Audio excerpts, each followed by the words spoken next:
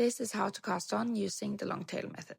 First, you'll need to pull a suitable amount of yarn for your tail. How much is suitable? I'm not sure anybody really knows, but I like to take 10 to 15 centimeters of yarn for every 10th stitch I'm casting on. Your tail should be on your right side and your yarn on your left side. Put your finger under the yarn and wrap it around like this. Now you're going to pull the yarn through the loop and tighten.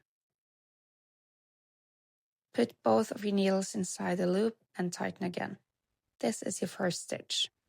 Putting in both needles is not something you have to do, but I find it easier to get an even, not too tight cast on like this. If you are going to cast on a lot of stitches though, I would recommend using a separate needle as your second needle. Now you're going to separate the two strands of yarn. The tail should be over your thumb and the other strand should be over your index finger. With the other 3 fingers, you're going to hold the 2 strands of yarn in your palm. Now you have these 3 strands to work with. You're going to take your needle under the first one, over the second, wrap it around the third one and pull it through like this.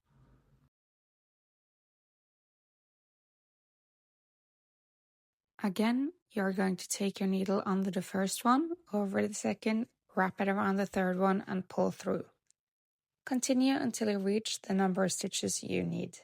If you are following along to make the New Year's Eve clutch, we discussed that number in my last video. Once you have your number of stitches, pull out one of your needles and you're ready to go. If you don't know how to do a knit stitch, that's what I'll be covering in my next video in this series where I'm teaching you how to knit by making this bag together.